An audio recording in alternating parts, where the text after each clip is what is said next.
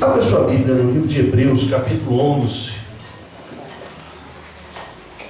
Nós vamos ler um texto bem conhecido. Hebreus, capítulo de número 11.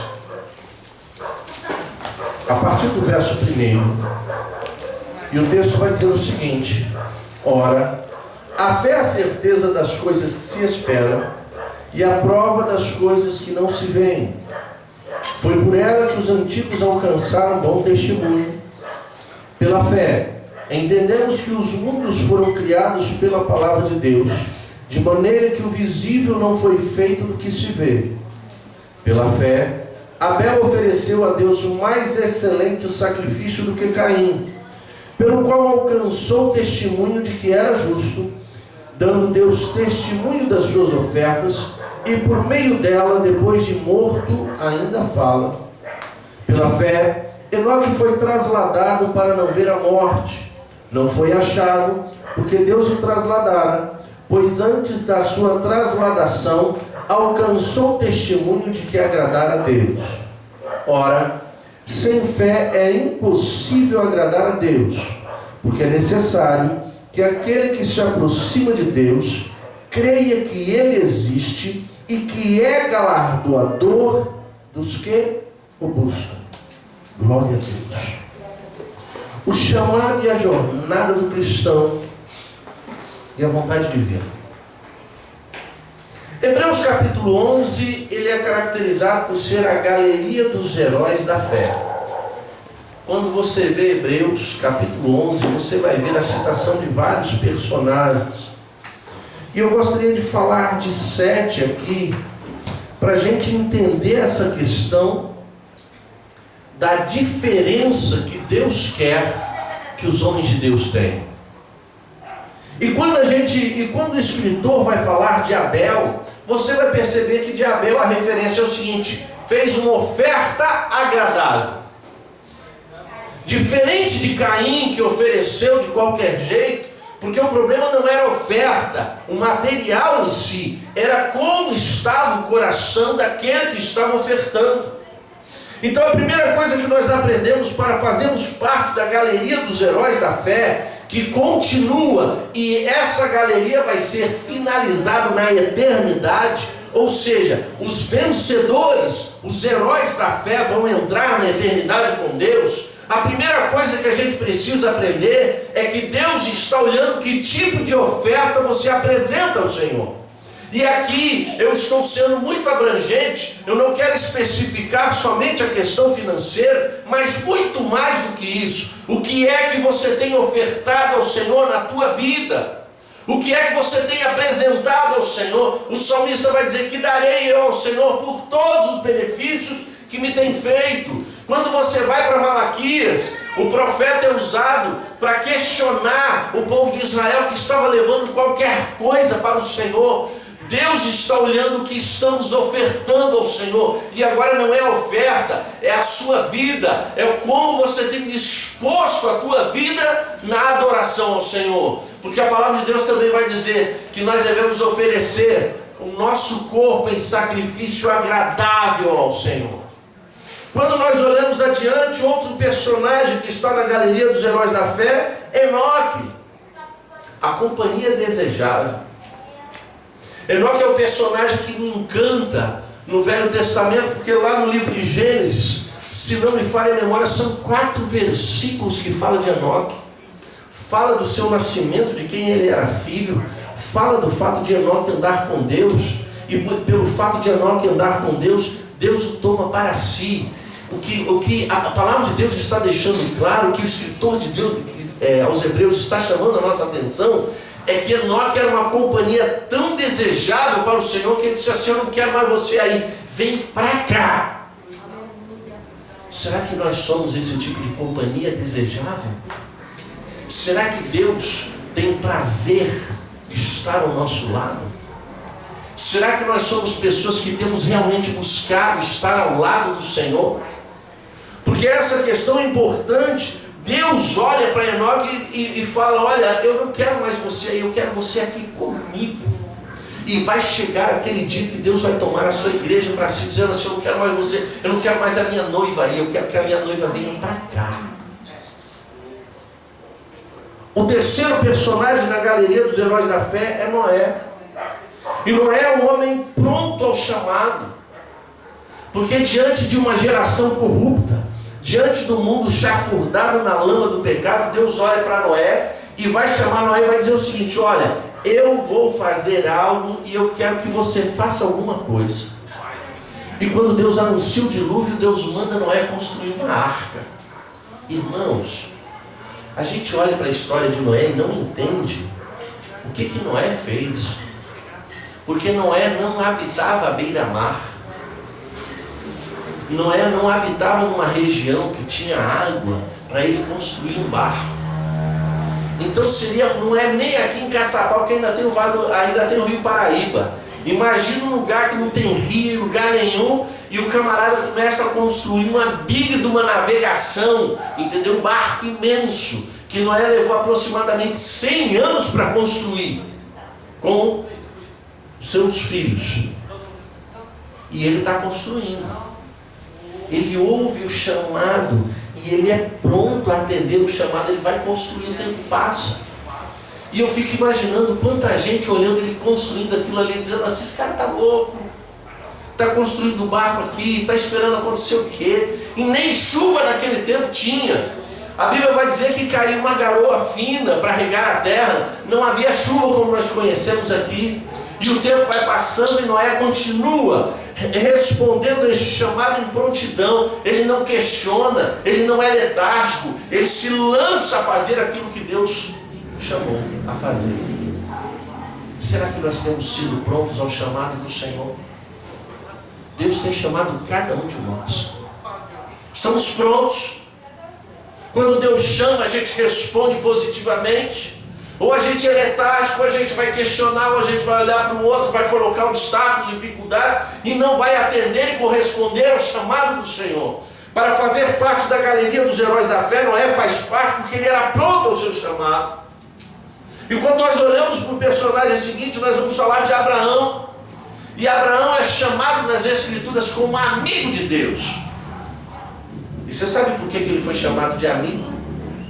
Porque Abraão foi obediente ao seu chamado.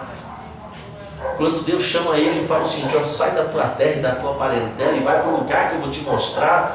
Abraão não fica questionando: tá, mas eu vou deixar papai, eu vou deixar mamãe, tá tão confortável aqui, o clima aqui é bom. Não, ele nem pergunta assim: para onde? Se ele está mandando eu ir, eu vou. E nós não encontramos mais pessoas assim, obedientes ao chamado do Senhor, obedientes a fazer a vontade do Senhor. Nós precisamos entender uma coisa que a igreja de hoje esqueceu: a relação com Deus só passa por um crivo, é o da obediência. Não existe nenhum outro caminho ou atalho da nossa relação com Deus. Se você não obedecer, não adianta o teu culto, não adianta a tua oferta, não adianta o que você faça. É a obediência a base da nossa relação com Deus. E Abraão faz isso com tanta voluntariedade, com tanta disposição, que Deus o chama de amigo. E a Bíblia vai dizer que Abraão creu em Deus e isso lhe foi imputado por justiça, por causa da sua confiança no chamado de Deus para a sua vida. E lamentavelmente a igreja não tem atendido e nem respondido ao chamado de Deus nos dias de hoje. Quando nós vamos adiante, nós vamos falar do líder destemido chamado Moisés. E eu acho fantástico que Moisés, ele vem de uma escola interessante. A escola de aprender que a gente não é nada. E que nós precisamos é depender do Senhor. Porque Moisés, ele é criado no palácio, ele passa 40 anos aprendendo das ciências do Egito. A melhor nação da época, com conhecimento geral sobre todas as coisas, era o Egito. E Moisés aprende tudo isso. E quando ele aprende tudo isso, ele acha que ele está pronto, ele acha que ele sabe o que está fazendo. Ele começa a andar no meio do povo, vê um egípcio maltratando: você não pode fazer isso não, vai lá e mata o egípcio, porque eu sou o cara, eu tenho preparo, eu tenho condições, eu tenho estudo. E passa um tempo, daqui a pouco ele encontra dois irmãos judeus brigando, e ele vai lá tentar apaziguar, e alguém olha para ele e diz assim: quem colocou você como juiz de tudo isso aqui? Você vai matar um de nós dois igual você matou o egípcio? Aí Moisés, a ficha cai. Porque até então ele se achava preparado. E aí é a evidência da nossa falta de preparo, de saber lidar com as coisas. Porque quando a dificuldade vem, nós não estamos no centro da vontade de Deus, a gente foge. E Moisés então vai fugir para o deserto. E Moisés vai passar 40 anos para aprender que não era ninguém. E depois de 40 anos, Deus aparece para Moisés numa sarça. E se você ler o capítulo 3 de Êxodo, e eu convido você depois a ler, você vai ver um debate muito interessante entre um Deus que chama Moisés e um Moisés que sai para um lado, sai para o outro, que ele aprendeu que ele não é capacitado, que ele não é qualificado, que ele não é preparado, e eu não sou a pessoa certa, e tem outro melhor do que eu, e eu não sei falar, e eu não sei fazer. E eu acho fantástico a paciência que Deus tem com Moisés. Rapaz, mas eu vou fazer, não, mas eu estou com você. Até que Deus pede a linha: olha, não tem teu irmão lá não, então ele vai te ajudar, mas é para você ir. E Moisés se torna o maior líder da história. Queridos, há uma necessidade de nós entendermos o chamado de Deus para a nossa vida. Nós não poderíamos deixar, porque a galeria dos heróis da fé faz menção de uma mulher com discernimento, uma mulher chamada Raabe, que está lá em Jericó, vê o povo de Israel chegar, e ela então acolhe a espiga e diz o seguinte: olha, eu sei que o Deus de vocês vai tomar conta de tudo isso aqui. Quiçá os crentes de hoje tivessem esse discernimento para saber o que Deus vai fazer, para saber o que Deus está fazendo, para saber aonde Deus está nos conduzindo, para abrir portas, para livramentos. Porque o dia que aqueles espias entraram na casa daquela mulher, Deus já olhava para a vida dela e sabia o seguinte: ela tem discernimento, eu vou tirar ela do meio dessa confusão. E ela faz parte da genealogia de Jesus Cristo, por causa do seu discernimento. A igreja de hoje não tem mais discernimento. A igreja de hoje é negligente em entender o tempo, em entender as coisas. A gente fala um monte de axiologia, não olha para as escrituras e não busca a direção de Deus para compreender o tempo e as estações, para saber como nós devemos nos posicionar. Porque diante do discernimento dela, ela acolhe os espias e já faz um acordo: olha, eu vou acolher vocês aqui, mas quando vocês tomarem a cidade, eu sei que eu quero que eu e a minha casa tenham livramento. Como é importante discernimento, queridos. Como a igreja precisa de discernimento nos dias de hoje. E para finalizar aqui, um homem segundo o coração de Deus, que foi Davi. Nós passamos aí várias lições de escola dominical estudando a vida de Davi, e é um personagem maravilhoso, de altos e baixos, mas que tinha um coração voltado, um coração quebrantado, que quando pecou e o profeta apontou o dedo para ele, ele vai se arrepender. O Salmo 51 está lá para registrar: não retires de mim o teu espírito. Por isso que Davi foi um homem segundo o coração de Deus. Está faltando na igreja de hoje gente assim. Está faltando gente como Abel, com oferta desejável. Está faltando Enoque nos dias de hoje como companhia desejável, a ponto de Deus dizer assim: eu quero que você passe um tempo comigo. Está faltando a prontidão ao chamado como Noé. Está faltando a obediência de Abraão. Está faltando aquela atitude destemida que Moisés teve, o discernimento. Um homem segundo o coração de Deus. Porque estes homens, por causa da sua postura, pela fé, prestaram serviço a Deus. O escritor aos Hebreus vai dizer o seguinte: que pela fé, os quais pela fé venceram reinos, eles prestaram serviço, eles foram para o confronto. A igreja de hoje não confronta o mundo. A igreja de hoje namora com o mundo. A igreja de hoje quer negociar com o mundo. A igreja de hoje está aqui olhando para o que o mundo tem a oferecer, questionando o que pode e o que não pode. Nós perdemos a referência do Evangelho. os quais pela fé viveram uma vida de obediência, porque praticaram a justiça, sabiam fazer o que era certo. A igreja de hoje não sabe mais fazer o que é certo, não tem mais a referência do que é certo e do que não é. A igreja de hoje está namorando com o que dá certo, ela quer fazer as coisas que dão certo para benefício próprio. O pragmatismo invadiu o conceito da igreja e tirou a referência das Escrituras. Nós precisamos voltar às verdades eternas, que tem como essência a prática de fazer o que é certo, praticar a justiça, porque este é o chamado para o reino. Provaram das bênçãos do Senhor porque alcançaram promessas. E a igreja de hoje quer as promessas, mas não quer os compromissos. Quer as promessas, mas não quer pagar o preço. Quer as promessas, mas não quer manter relacionamento. Estes homens, eles alcançaram a promessa porque eles faziam o que era certo, porque eles serviam ao Senhor. Eles obtiveram livramento em sua jornada, porque fecharam a boca dos leões. A gente sabe que ele está falando aqui de Daniel, que é um homem que fazia o que era certo, que todo dia botava o seu joelhinho no chão, e independentemente de qualquer coisa, ele se manteve fiel ao Senhor. E quando foi parar na cova dos leões, os leões não comeram, as bocas ficaram fechadas, porque o Senhor estava com eles. Viveram para se tornar vencedores, porque tornaram-se poderosos na batalha. Você percebe que hoje em dia há um discurso na igreja de ser mais do que vencedor, de vencer pela fé, disso, daquilo. Mas cadê a vida que precede a vitória?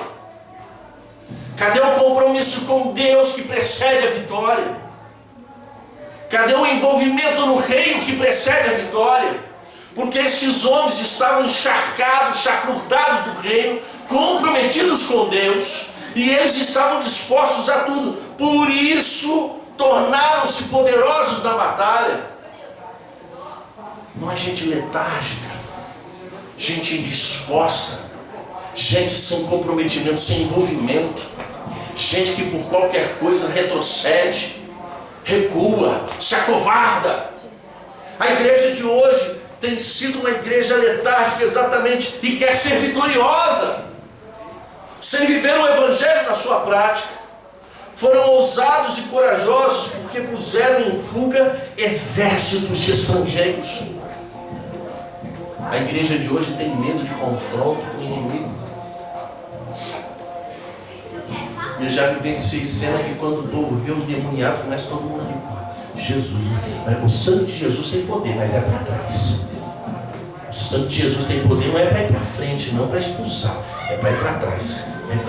Irmãos, o que aconteceu com o povo de Deus?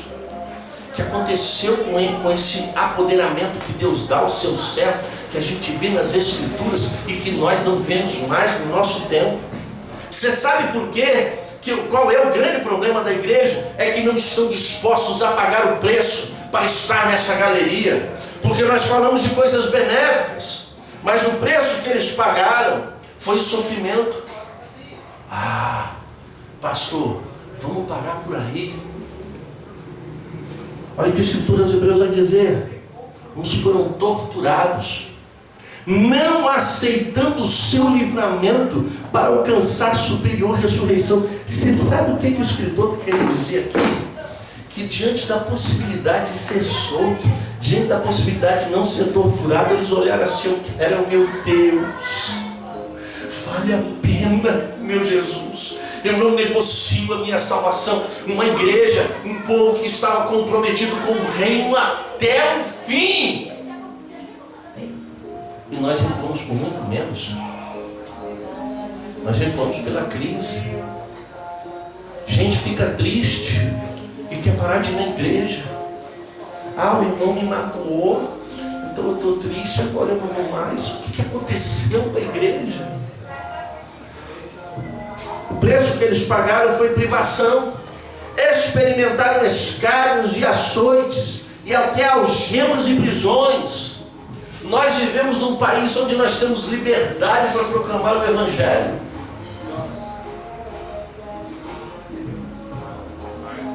E houve uma necessidade da igreja fechar as portas, e muita gente já se perdeu na trajetória. não volta mais.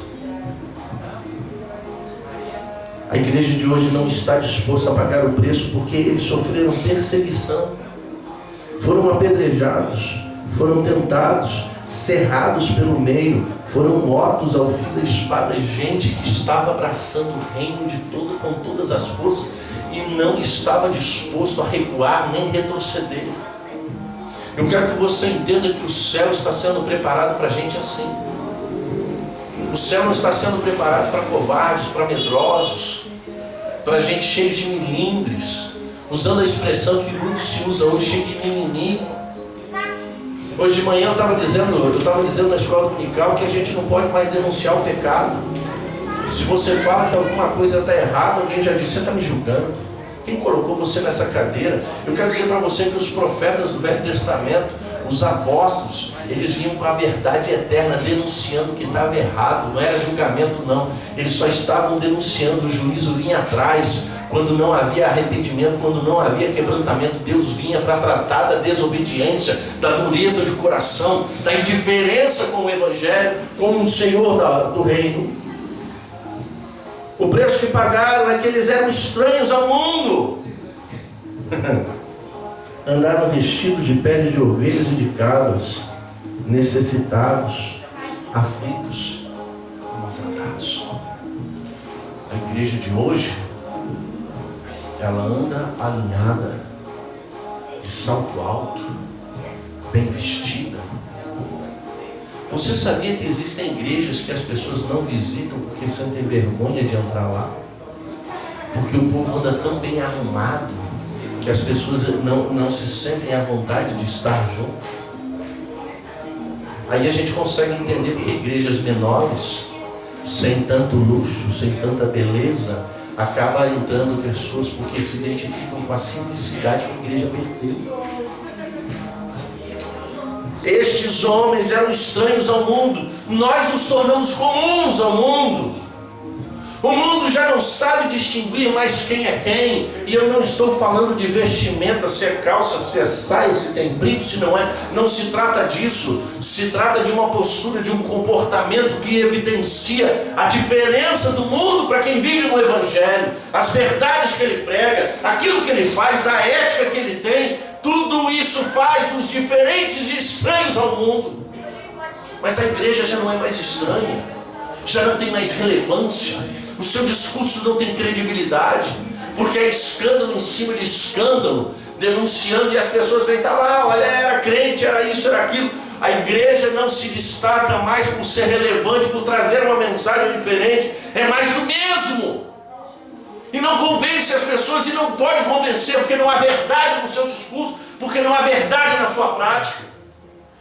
Quando nós olhamos o preço que pagaram, é dos quais o mundo não era digno.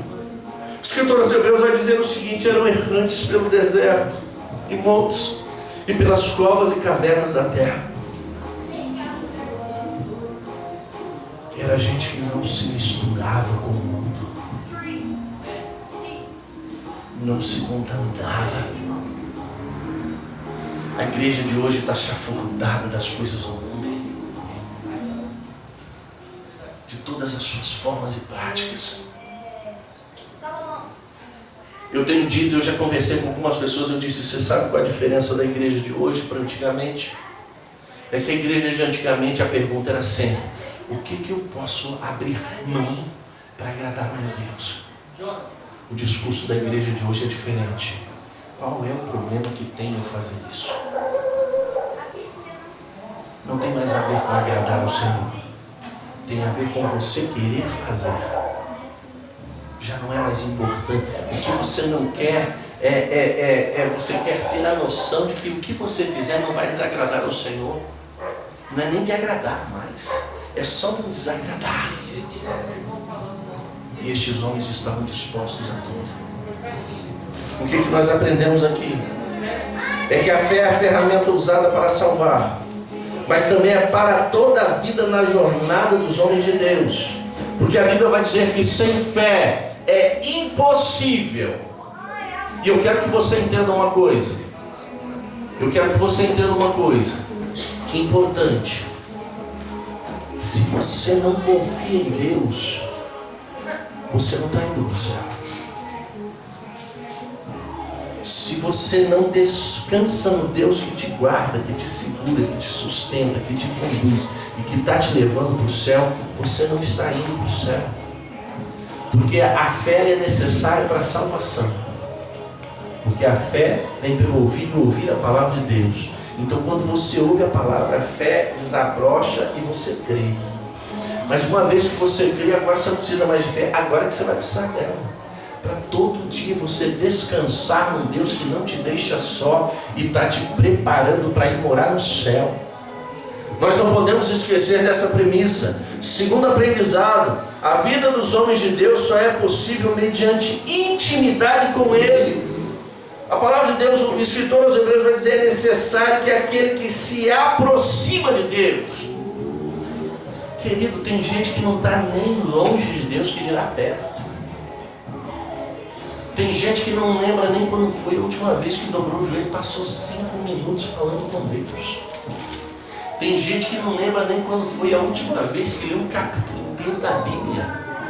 E você quer dizer para mim que você tem intimidade com Deus? Se a única maneira do relacionamento tem a ver com oração, com leitura da palavra, meu querido, você está muito longe de ter relacionamento com Deus. Você está muito longe. Diante dessa premissa que é necessário que aquele que se aproxima de Deus, nós vamos aprender duas coisas importantes. Mais uma vez o escritor deixa clara a importância da fé como ferramenta de aproximação com Deus. Eu só posso me aproximar daquele que eu creio que existe. Eu só posso me aproximar de Deus se eu creio em quem Ele é e o que Ele faz. Existe algo que eu preciso acreditar para eu me aproximar. Se eu não acredito que Ele é relevante, se eu não acredito que Ele é importante, se eu não acredito que Ele está na minha vida, então não tem por que eu me aproximar. E eu quero que você entenda uma coisa: muito do fato de crente não se aproximar de Deus tem a ver com a falta de fé, de conhecer o Deus que a Bíblia revela. Segundo, agora a fé serve para alcançar a recompensa, é galardoador dos que o buscam. Buscar o Senhor tem recompensa, e nós temos perdido essa referência. E para finalizar aqui, não tem mais dois ainda. A fé se torna evidência, o terceiro, a fé se torna evidência, segundo o escritor aos Hebreus, para o testemunho dos qualificados por Deus. Porque o texto vai dizer assim: por causa dela, por causa da fé que os antigos alcançaram. Bom testemunho. Sabe o que o escritor está dizendo aqui?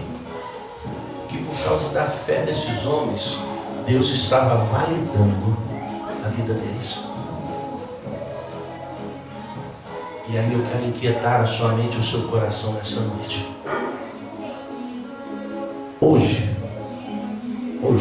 não amanhã, não ontem, hoje, Deus daria bom testemunho da sua vida?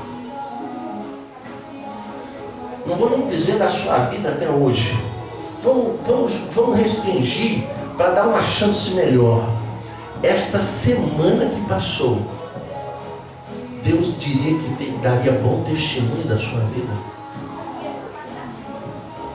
Porque você precisa pensar sobre isso.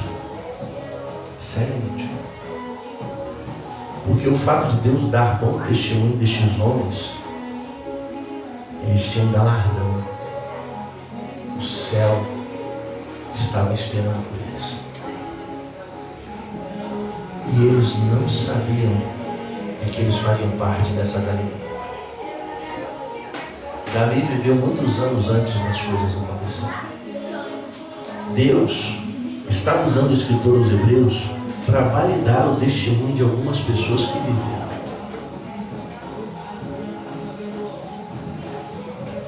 Você não sabe do amanhã. Nós não sabemos do amanhã. Nós sabemos do agora e do daqui a pouco. O amanhã nós não fazemos ideia. E se Deus não dá bom testemunho de você hoje, você quer esperar para resolver o teu problema com Ele amanhã? Sério? Sério que você quer arriscar o amanhã para resolver? Resolva hoje. Se arrependa hoje. Se coloque diante do Senhor hoje. Porque como diz a letra do hino, amanhã pode ser muito tarde. Para finalizar, e agora? Você vai ser um bom homem aos olhos do mundo?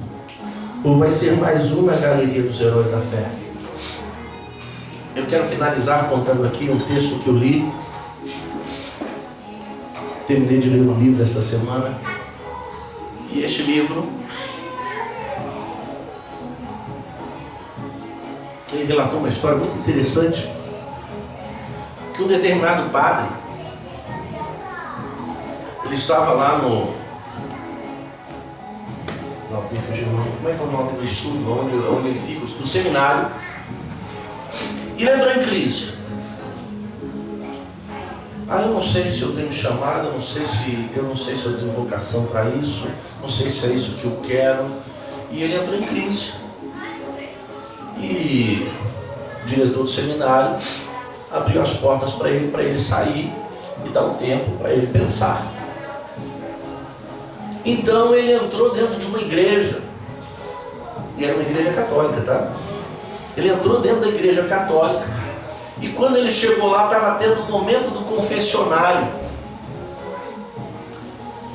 E não tinha ninguém, e ele entrou lá. E ele pôde perceber que o padre que estava ouvindo era um senhor de muita idade. E ele confessa todos os sentimentos dele, confessa os pecados dele para o padre ouvindo. Até que então, por fim, ele vai dizer o seguinte: olha, eu estou em crise, porque eu estou fazendo seminário, eu não sei se é isso que Deus quer. E o padre então diz algo que eu gravei, irmãos, e eu fiquei remoendo no meu coração isso. O que o padre disse para o outro foi o seguinte, para o seminarista: tudo que o diabo quer é que você seja um bom homem, é que você seja uma boa mulher. Ele não quer que você seja uma má pessoa. Tem pessoas que já querem isso. Ele não precisa levar você a ser uma má pessoa. Ele só quer que você se engane bastante para achar que é bom. Porque aí você vai perder a salvação mesmo. Simplesmente porque você foi um bom homem. Mas pastor, Deus vai condenar um bom homem? Querido, não há um justo sequer aos olhos de Deus. Não há um irmão. Não tem. O que Deus está querendo é gente assim, preparada, disposta, corajosa. Gente que, como nós falamos no início, gente que dá uma oferta agradável, que se torna uma companhia desejável, gente pronta ao chamado, gente obediente, gente destemida, gente com discernimento, e homens e mulheres segundo o coração de Deus. Porque o céu, queridos, não é para qualquer um. Eu quero que você saia daqui entendendo uma coisa muito importante. O céu não é lugar para qualquer um. Gente mediana não vai entrar no céu. Gente medíocre não vai entrar no céu.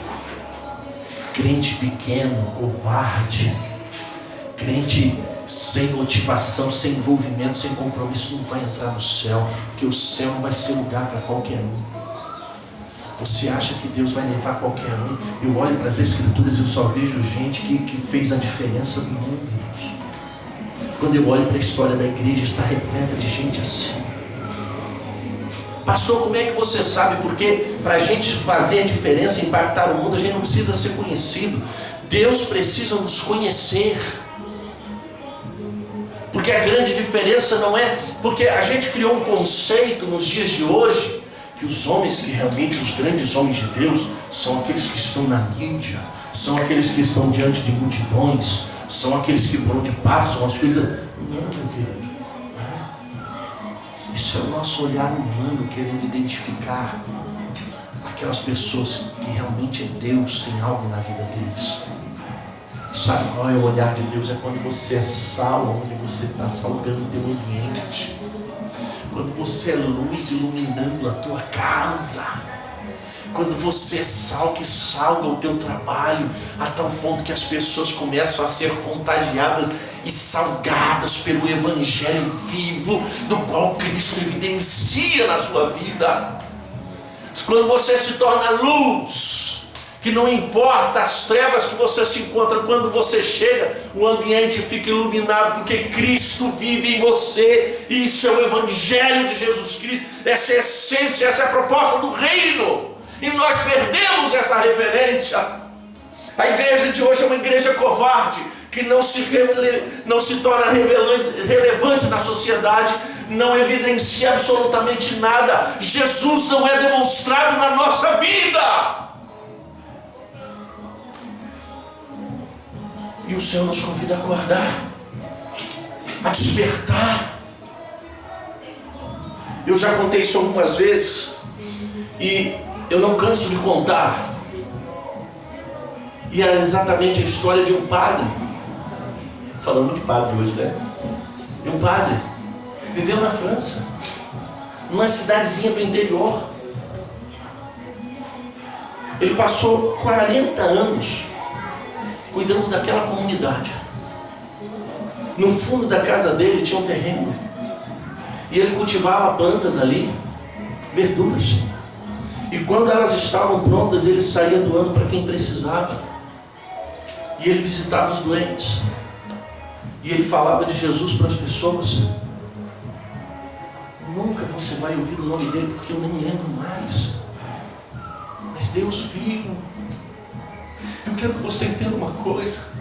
Você pode imaginar que tem gente se evidenciando em rede social, com não sei quantos mil seguidores, pastores de renome.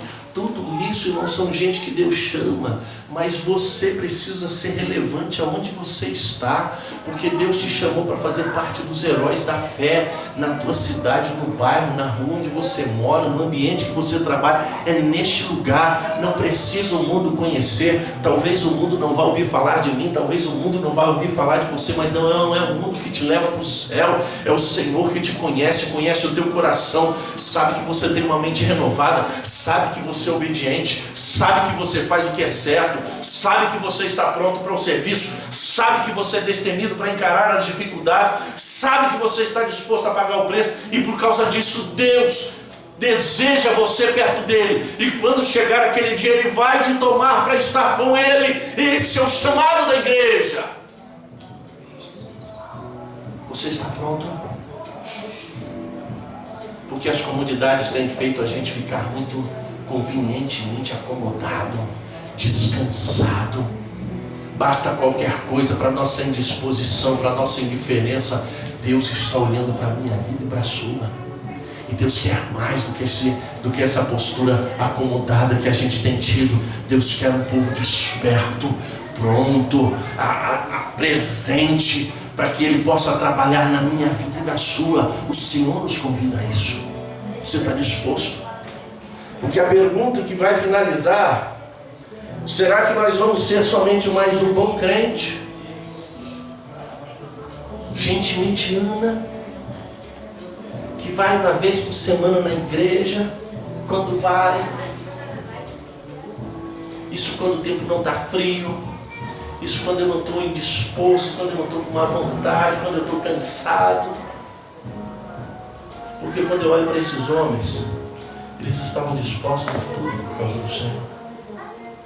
Nós precisamos rever a nossa fé e a nossa relação com Deus. Porque quanto mais perto de Deus eu chego, mais pronto eu estou a fazer tudo por Ele. E o grande problema é que o povo de Deus hoje não está perto bastante. Eu quero convidar você a se colocar de pé.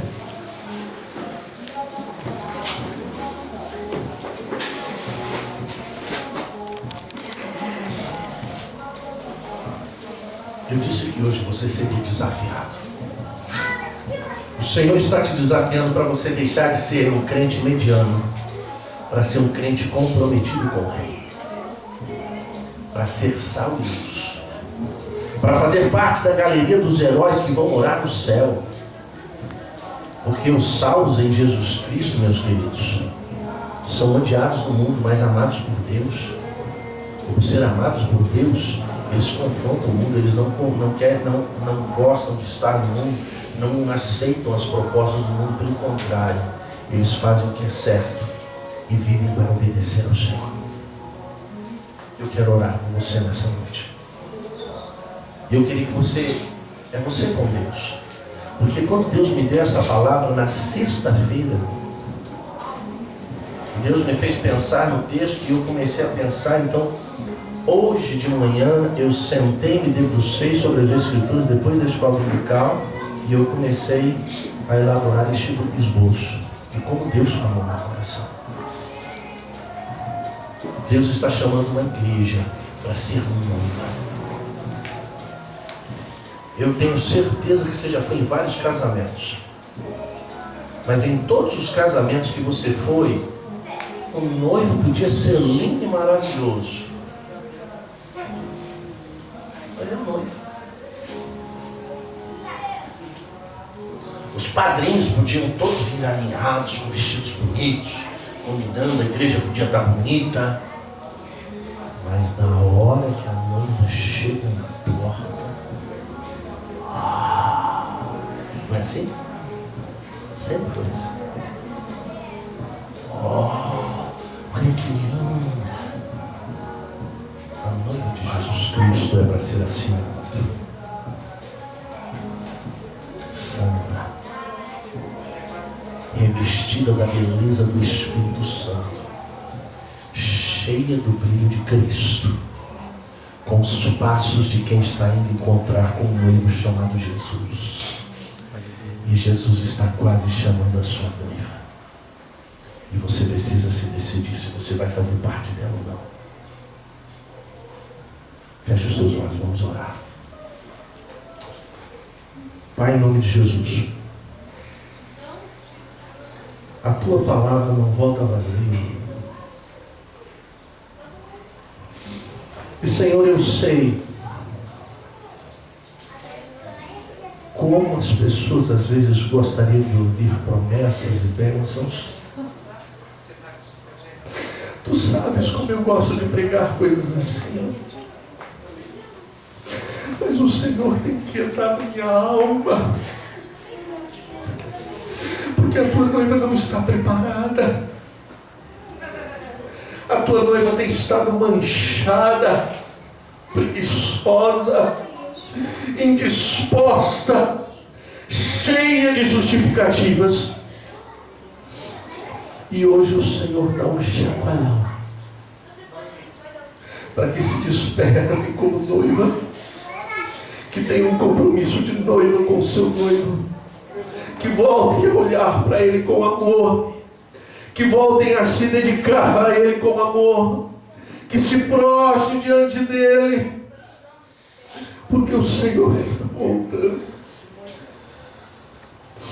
Senhor, que Tu possas, em nome do Teu Espírito, em nome do Pai, mover a Tua igreja e fazê-la acordar, compreender que os dias são difíceis e não é tempo de comodismo, não é tempo de letargia, não é tempo de covardia, mas é tempo de nós acordarmos e despertarmos para termos um discurso e uma prática para o mundo, evidenciar o sal que salga e evita que as coisas apodreçam, e a luz para iluminar o mundo em trevas. Pai, que não seja o nosso discurso peso, mas a nossa vida, por onde quer que os teus filhos andem, que a evidência da tua presença seja real no modo de pensar, no modo de agir, no modo de relacionar, porque o Senhor nos chamou para sermos relevantes, para não sermos comuns. O mundo está cheio de gente comum, chafurdada no pecado, e o Senhor nos chamou para fazermos diferença neste mundo. Desperta, Pai, em nome de Jesus, o teu povo, aqueles que aqui se encontram e aqueles que estão em casa, que sejam tocados pelo teu Espírito e despertados para um novo tempo da igreja nos dias de hoje, em nome de Jesus. Amém.